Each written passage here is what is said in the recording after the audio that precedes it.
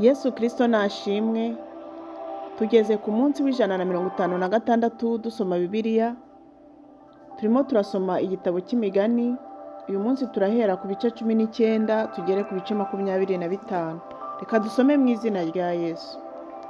Umukene ugenda atunganye aruta ufite ururimi rugoreka kandi ari umupfapfa. Kubaho udafite ubwenge si byiza, umuntu wihutira ibyo atazi ayoba inzira. Ubupfapfa bw'umuntu bumuyobya inzira ye, kandi umutima we winubira Uwiteka. Ubutunzi bugwiza inshuti, ariko umukene we atandukana na mugenzi we. Umugabo w'indarikwa ntazabura guhanwa, kandi uvuga ibinyoma ntazabikira. Benshi bavuga amagambo ashyeshya imbere y'umunyabuntu, kandi umuntu wese akunda utanga. Abavandimwe b'umukene bose baramwanga, inshuti ze zikarushaho kumwirengagiza. Iyo abaganirije baramuninira bakigendera. Uwishakira ubwenge aba akunda ubugingo bwe, ukomeza kwitonda azabona ibyiza. Umugabo w'indarikwa ntazabura guhanwa, kandi uvuga ibinyoma azapfa bizize. Umupfapfa ntakwiriye ibinezeza, n'umugaragu ntakwiriye gutegeka ibikomangoma. Amakenga umuntu afite amubuza kwihutira kurakara, kandi bimuha icyubahiro kwirengagiza inabi yagiriwe. Uburakari bw'umwami bumera nk'ubw'intare itontoma, ariko ineza ye ni nk'ikime gitonze ku bwatsi. Umwana upfapfana abera se ikirumbo, kandi intonganya z'umugore ni nk'ibitonyanga bidatuza. Urugo n'amatungo umuntu abiragwa n'ababyeyi be, ariko umugore witonda amuhabwa n'Uwiteka. Ubute butera gusinzira ubuticura, kandi uwinaniwe arananuka. Ukomeza amategeko aba arinda ubugingo bwe, ariko utita ku nzira ze azapfa. Ubabariye umukene aba agurije Uwiteka, nawe azamwishyurira ineza ye. Hana umwana wawe ubwo ukimwiringiye, ariko ntumuhanire kumwica. Umunyamujinya mwinshi azabihanirwa, kandi naho wabimukiza uzongera wihete. Emera inama kandi wumve icyo wigishijwe, kugira ngo mu maherezo yawe uzabuze ubwenge. Mu mutima w'umuntu habamo imigambi myinshi, ariko inama y'Uwiteka niyo ihoraho. Ineza y'umuntu niyo imutera gukundwa, kandi umukene aruta umunyabinyoma. Kubaha Uwiteka bitera ubugingo, umwubashye azahora ahaze, ntazagerwaho n'ibibi. Inyanda ishyira ukuboko ku mbehe, ariko ntiyitamike. Kubita umukobanyi, kandi abaswa baziga kwitonda. Bwiriza ujijutse, nawe azamenya ubwenge.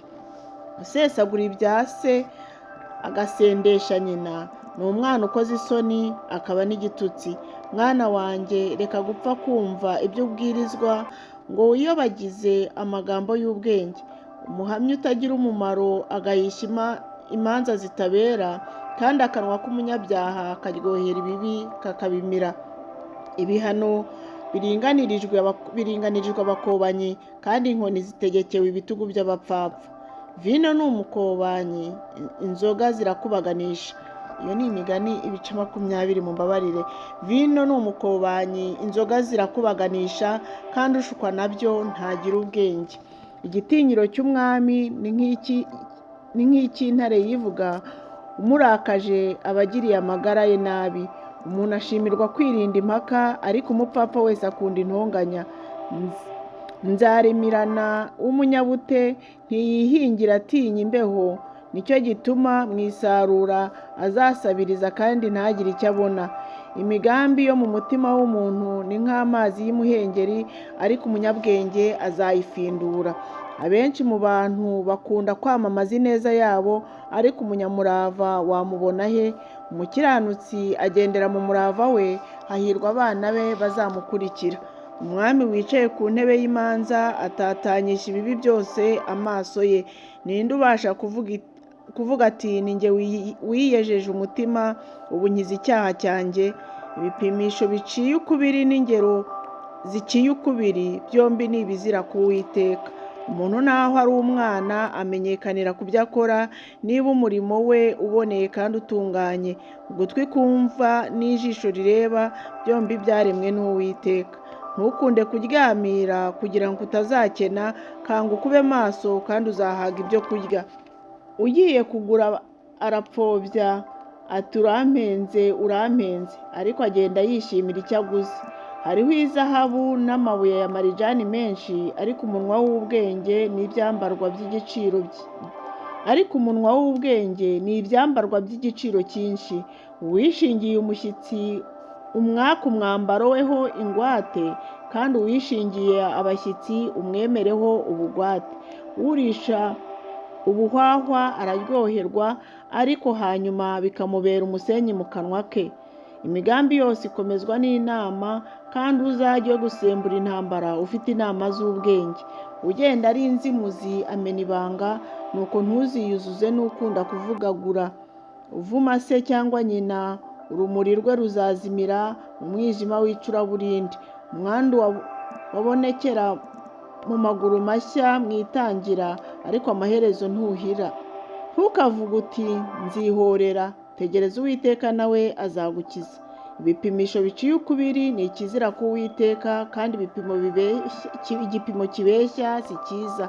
Uwiteka niwe uyobora imigendere y'umuntu, mbese umuntu yamenya ate inzira aganamo? Guhubukira indahiro y'ibyo yashinganye bibera umuntu umutego, yamara kurahira agasigara yisiganuza. Umwami w'ubwenge ahuza abanyabyaha ikibando, hanyuma akabagosora. Umwuka w'umuntu ni ururimi yahawe n'Uwiteka, rusesengura ibihishwe mu mutima. Imbabazi n'ukuri nibyo bitera umwami kurama, kandi ingoma ye ikomezwa n'imbabazi. Ubwiza bw'abasore ni imbaraga zabo, kandi ubwiza bw'abasaza ni uruyenzi rw'imvi. Ingoma ziryana zikuraho ibibi, kandi imibyimba igera ku mutima. Imigani ibice 21. Umutima w'umwami uri mu kuboko k'Uwiteka, awuganisha aho ashatse hose nk'uyobora amazi mu migende yayo. Inzira y'umuntu yose imutunganiye ubwe, ariko Uwiteka niwe ugerageza imitima. Gukiranuka n'imanza zitabera birutira Uwiteka ibitambo. Kurebana igitsure n'umutima w'ubwibone nibyo rumuri rw'abanyabyaha, byose ni icyaha. Ibyo umunyabwete atekereza bizana ubukire, ariko ubwira bwinshi bwiriza ubusa. Ubutunzi bushakirwa ururimi rubeshya, buyoka nk'umwuka. Ababushaka baba bashaka urupfu. Urugomo rw'abanyabyaha ruzabahitana, kuko banga gukora ibitunganye. Inzira y'uremerewe n'ibyaha iragoramanga cyane, ariko imirimo y'uboneye ihora itunganye. Kuba mu gakinga k'urusenge biruta kubana n'umugore w'ingare mu nzu y'inyumba.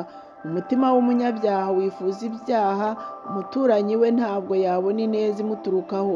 Iyo umukobanyi ahanwe, injiji yumviraho, kandi umunyabwenge iyo yigishijwe ahabwa kumenya. Umukiranutsi yitegereza inzu y'abanyabyaha, uko bubikwa bakarimbuka. Uwica amatwi ngo atumva gutaka k'umukene, nawe azataka kandi ntazumvwa. Ituro ritanzwe rwihishwa rihosha uburakari, n'impongano zihishwe mu kwaha zoroshya umujinya ukaze. Umukiranutsi anezezwa no gukora ibitunganye, ariko ku nkozi z'ibibi bizazibera ikishi. Umuntu ujarajara akava mu nzira y'ubwenge azaba mu iteraniro ry'abapfuye.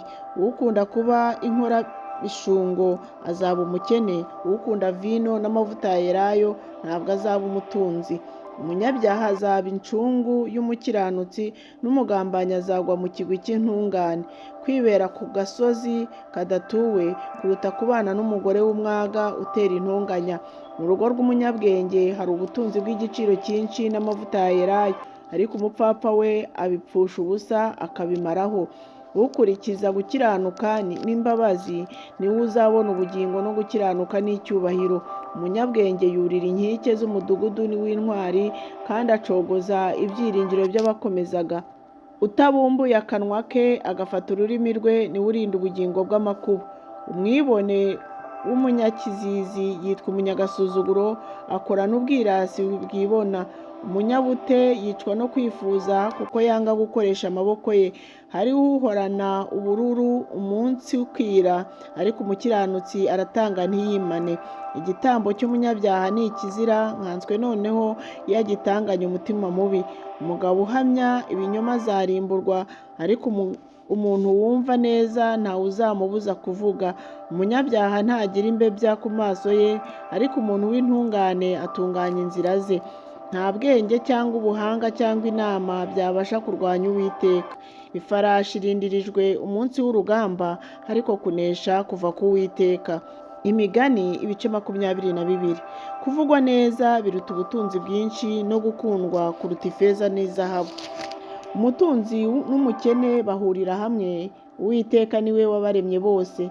Umunyamakenga iyo abonye ibibi bije arabyikinga, ariko umuswa arakomeza akabijyamo akababazwa nabyo.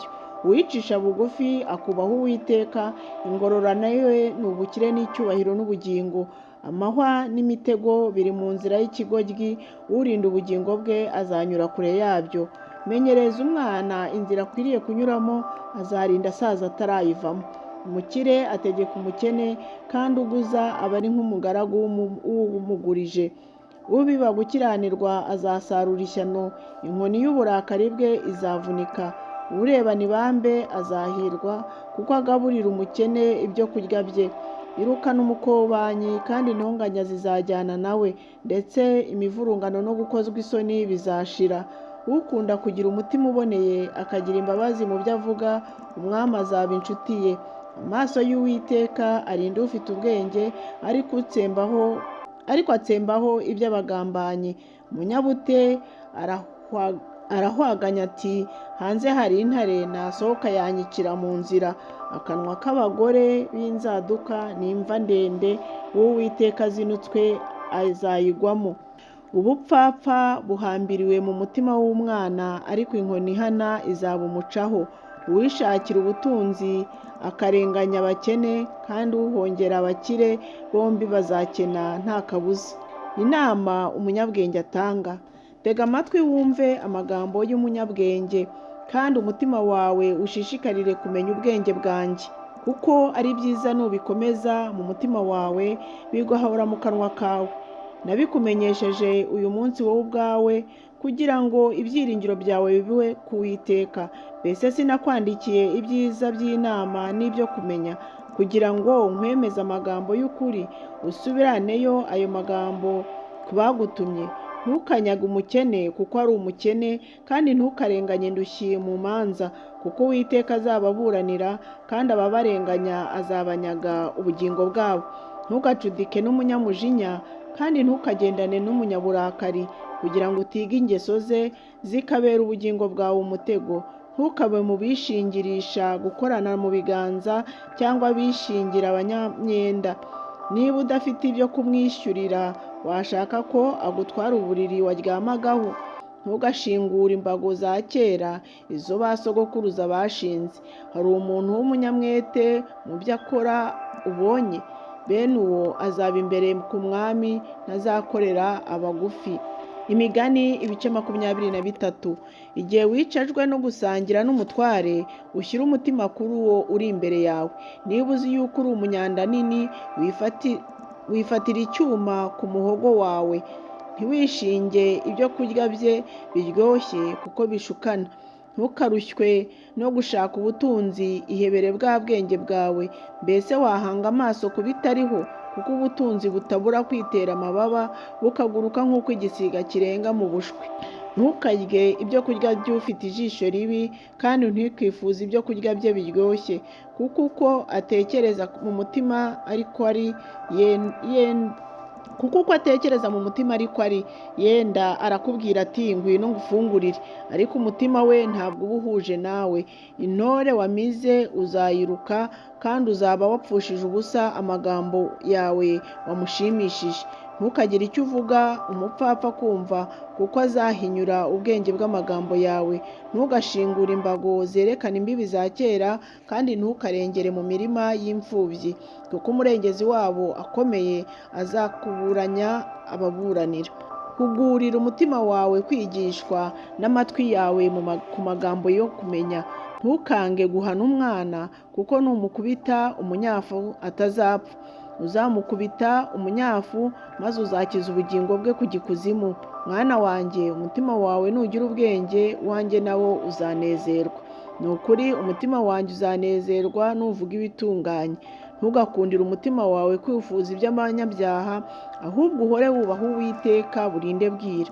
Kuko hariho ingororano koko, kandi ibyiringiro byawe ntibizakurwaho.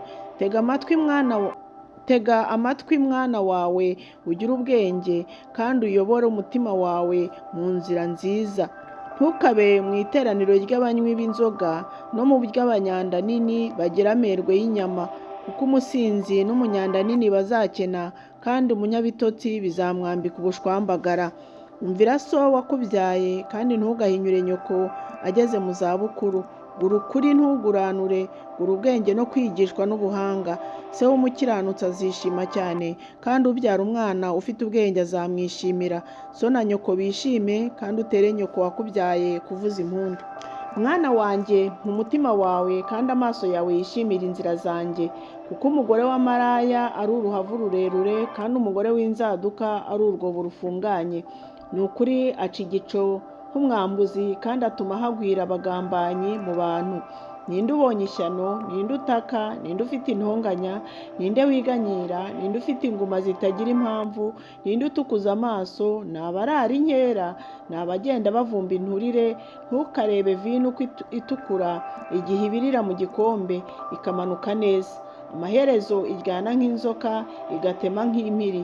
Amaso yawe ukayahanga ku by'inzaduka, kandi umutima wawe ukavuga ibigoramye. Ni ukuri ukazengerezwa nk'uryamye mu nyanja hagati, cyangwa nk'umuntu uryamye hejuru y'umuringoti wo mu nkuge. Ukavuga uti, bankubise nyamara ntacyo mbaye, bampondaguye kandi sinumvise. Ndakanguka ryari ngo nongere njye kuvumba? Imigani ibice 24.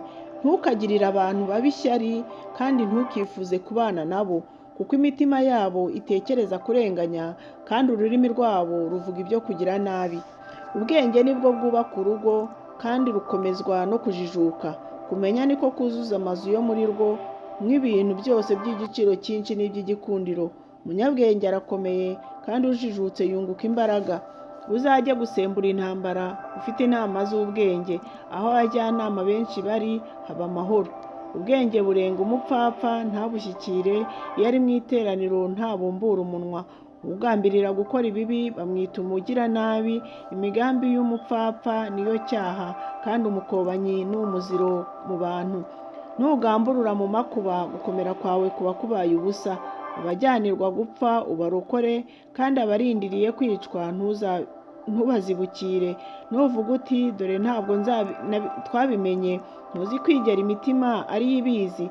Irinde ubugingo bwawe niyo ibimenya, mbese ntizagororera umuntu wese ibihwanye n'imirimo yakoze. Mwana wanjye, jya urya ubuki kuko buryoha, kandi ingabo zabwo ziryohera akanwa kawe. Niko kumenya ubwenge bizamerera ubugingo bwawe. Nububona nibwo n'ingororano zizaboneka, kandi ibyiringiro byawe ntibizaba iby'ubusa. Wa munyabyaha we, ntugace igico mu rugo rw'umukiranutsi, ntugasahure ubuturo bwe, kuko umukiranutsi naho yagwa karindwi yakongera akabyuka, ariko abanyabyaha bazagushwa n'amakuba. Ntukishime umwanzi wawe aguye, kandi ntukagire umutima unezezwa n'uko atsembwe, kugira ngo Uwiteka atabireba akababazwa nabyo, akirengagiza uburakari yamurakariye. Ntugahagarikwe umutima n'inkozi z'ibibi, ntukifuze iby'abanyabyaha, kuko nta ngororano y'umuntu mubi. Ururimi rw'ukiranirwa ruzazima. Mwana wanjye, wubahe Uwiteka n'umwami, kandi ntukishyire mu by'abajya irya n'ino, kuko amakuba yabo azabatungura. Ninde wamenya kurimbuka kwabo bose? Iyindi migani y'abanyabwenge. Ibi nabyo ni imigani y'abanyabwenge. Kuba intinyamaso mu rubanza si byiza. Ukiza umunyabyaha ati, ufite urubanza, azavumwa n'igihugu, kandi amahanga azamwanga urunuka. Ariko abamucyaha bazagubwa neza, kandi umugisha mwiza uzabazaho. Ushubije ibitunganye abasomye ku munwa, banza witegure ibyo ku gasozi, uringanize imirima yawe, hanyuma uzabone kubaka inzu. Ntugashinje umuturanyi wawe nta mpamvu, kandi ntugashukanishe ururimi rwawe. Ntukavuge uti ibyo yankoreye nzabimwitura, mwiture ibihwanye n'imirimo yakoze. Nanyuze ku murima w'umunyabute no ku ruzabibu rw'umuntu ubuze ubwenge. Nasanze hose ari amahwa, hose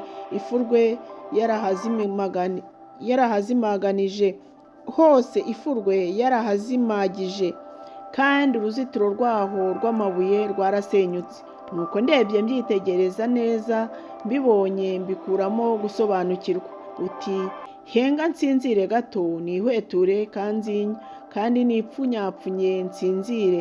Uko niko ubukene buzagufata nk'umwambuzi, n'ubutindi bukagutera nk'ingabo. Imigani ibice 25. Indi migani ya Salomo. Iyi nayo ni imigani ya Salomo yimuwe, yandikwa n'abagaragu ba Hezekiya umwami w'Ubuyuda. Icyubahisha Imana ni uko ikinga ibintu, ariko abami bo bubahishwa no kubigenzura. Uko ijuru riri hejuru cyane n'isi igera ikuzimu, niko n'imitima y'abami itamenyekana. Kura inkamba mu ifeza, maze hazavamo icyuma gihabwa umusenyi. Kura abagome imbere y'umwami, maze ingoma ye izakomezwa no gukiranuka. Ntukibonabone imbere y'umwami, kandi ntugahagarare mu mwanya w'abakomeye, kuko ibyiza ari uko wahamagarwa ngo ngwino witabe, biruta ko wasubizwayo imbere y'umwami murebana. Ntukihutire kuburanya mugenzi wawe, yagutsinda wakorwa n'isoni, hanyuma ukabura uko ugira. Ahubwo wikiranure muri ukwanyu, kandi ntukabitarange, kugira ngo ubyumva atazakugaya, kandi umugayo wawe utazaguhamaho. Ijambo ryizihiye rivuzwe mu gihe gikwiriye ni nk'amatunda y'izahabu ku mbehe y'ifeza. Gucyaha k'umunyabwenge gutunganira ubyumva, n'impeta y'izahabu cyangwa imitamirizo y'izahabu nziza. Uko imbeho ya shelegi imera mu gihe cy'isarura, niko intumwa idatenguha imerera abayitumye, kuko inyura umutima wa shebuja. Nk'uko imvura irimo umuyaga ikuba igapfa, niko uwo muntu amera wishimiriza ibyo azatanga kandi abeshya. Kwitonda ukarindira byemeza umutware, kandi ururimi rworoheje ruvuna igufa. Mbese ubonye ubuki, uryeho ubuguhagije, nturenze urugero kugira ngo utaburuka. Ntugahoze ikirenge cyawe mu nzu y'umuturanyi, kugira ngo ataguharuruka akakwanga. Umuntu ushinja umuturanyi we ibinyoma ni nk'impangu n'inkota n'umwambi utyaye. Kwizera umuhemu mu gihe cy'amakuba ni nk'iryinyo ricitse n'ikirenge gitanye. Udabagirira umuntu ubabaye mu mutima ameze nk'uwiyambika ubusa mu mbeho, cyangwa nk'umushari wa vino usutswe ku munyu. Umwanzi wawe nasonza umugaburire, nagira inyota umuha amazi yo kunywa, kuko uzaba urunze amakara yaka ku mutwe we, kandi Uwiteka azakugororera. Umuyaga uvi ku kasikazi uzana imvura, niko n'ururimi ruzimura rutera kwiraburirwa mu maso. Kuba mu bagakinga k'urusenge biruta kubana n'umugore w'ingare mu nzu y'inyumba. Nk'uko amazi afutse amerera umutima waka, niko n'inkuru nziza zimera zivuye mu gihugu cya kure. Umukiranutsi wiyoroshya imbere y'abanyabyaha ameze nk'iriba ritobamye n'isoko yandujwe. Si byiza kurya ubuki bwinshi, kandi icyubahiro abantu bishakira si cyo cyubahiro nyakuri. Umuntu utitangira mu mutima ameze nk'umudugudu usenyutse utagira inkike. Mugire umunsi mwiza, Imana ibahe umugisha. Tuzakomeza ejo.